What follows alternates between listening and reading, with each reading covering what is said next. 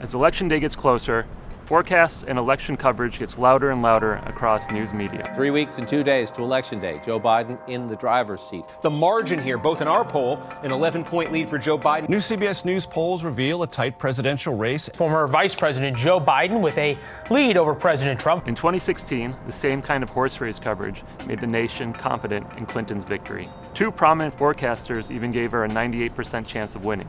Even the Trump administration was sure she was going to win. After 2016, we wondered whether these types of election forecasts, probabilistic forecasts, would cause people to stay home on Election Day because they thought the outcome was certain. They can even swing close elections, like that in 2016. The main issue is when a media outlet uses a probability of victory rather than a vote share. A typical forecast would just tell us the percent of the vote each candidate was going to win. Candidate A is going to get 52% of the vote, candidate B will get 48% of the vote.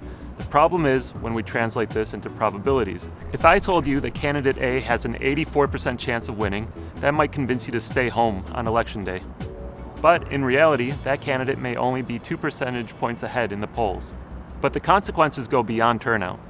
FBI Director James Comey was so sure that Hillary Clinton would win the election that he felt it was his duty to inform Congress that he was reopening the investigation into her emails.